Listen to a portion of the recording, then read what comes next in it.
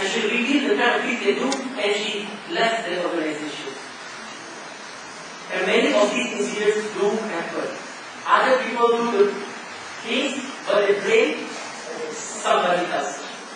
This is actually apparently very common nowadays. Okay? And the media, they keep on highlighting. Whatever is true becomes false. Whatever is false appears to be true. Okay. Now, your question about misquoting from the Quran and so on, the movie fitna and so on. Of course, when you take part of the verse, you give a different meaning altogether. For example, I can say Muslims don't believe in God. Is that true? You know the Muslims, wherever they go, they always say La ilaha. What is the meaning of La ilaha? They are not God. See, Muslims don't believe in God. Is that the truth? No. The full sentence will be La ilaha illallah. They don't believe in God except Allah. You see that? Now, kill the non-Muslim, for example. Okay? This is mentioned in Surah At-Tawbah, chapter 9, verse number 5. Okay? Kill the non-Muslim wherever you find them. But if you go back from verse number 1 until verse number 7, then you will get the concept. This was during the war. The Muslims had a treaty with the Mecca at the time. For 2 years they would have peace. No Mecca would hurt the Medinas, and the Medinas would not hurt any Meccas. So they had a treaty. But the Meccas broke the treaty. They attacked the Medinas. But God says, give them several months, do not retaliate first. Give them opportunity to withdraw. Because as a Muslim, we want peace as much as we can. But after the months are over, then if you have to fight back in defense, because they are attacking you, remember? The people are attacking you, do you have the right to defend yourself?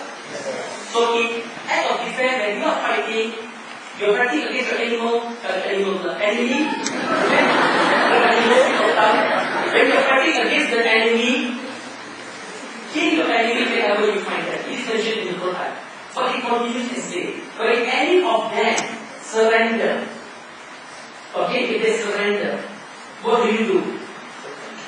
What is the best you will do in active war between a country and another country? If the soldiers surrender, what will you do? Capture him? Many will capture him, right? So, the best you can do is let him go, right? The Quran says differently. The Quran did not say capture him or let him go. The Quran says if the person surrenders himself, escort him until he reach a place of safety. Once he reach a place of safety, then you let him go. Your enemy fighting against you and he surrender, you escort him until he reach a place of safety, and then you let him go. Isn't it kind? Now speaking of fighting, let's speak of fighting. Jihad. What is the meaning of jihad? In English they call holy war, right? True? Jihad does not mean holy war. In Islam, there is nothing holy about war. Is there anything holy about war? You kill people. What is so holy about killing other people's lives? In Surah Al-Ilah, chapter number 5, verse number 23, verse number 22, Almighty God says, if you kill one person,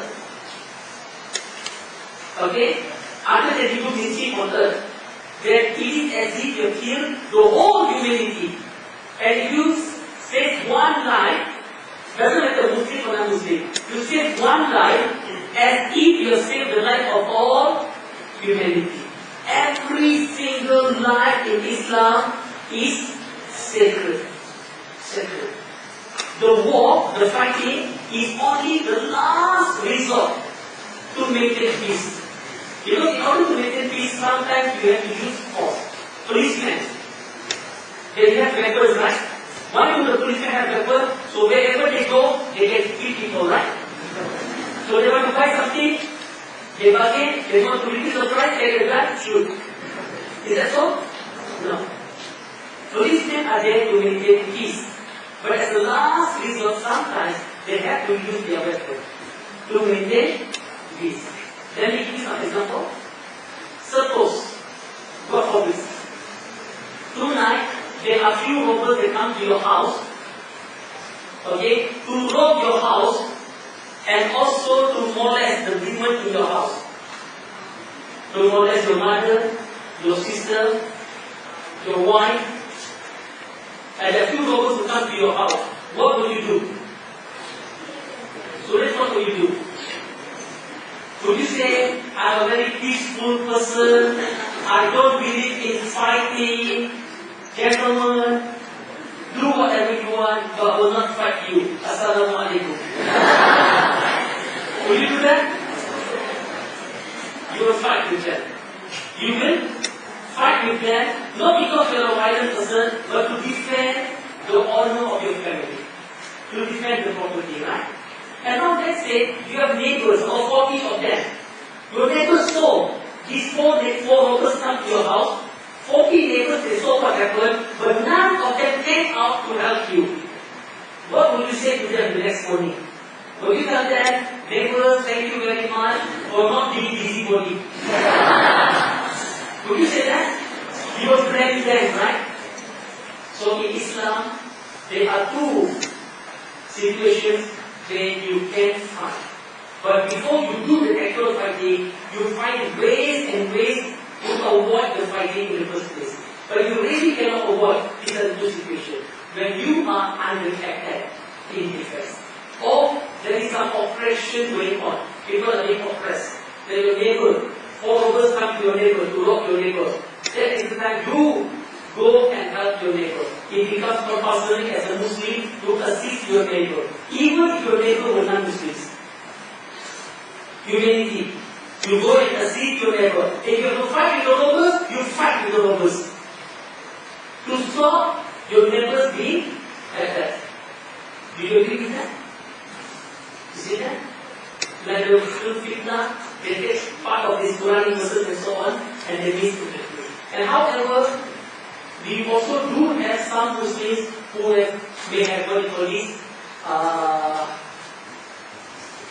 deviated from the actual teachings of Islam. You would have that. You will have this kind of cases in every religion as well. But in Islam, what is true is true, what is wrong is wrong. And as a Muslim, if our brothers and sisters and other Muslims do something that is wrong, we must correct them also. Okay, hope that answers the question. Assalamualaikum warahmatullahi wabarakatuh. Waalaikumsalam warahmatullahi wabarakatuh. Okay.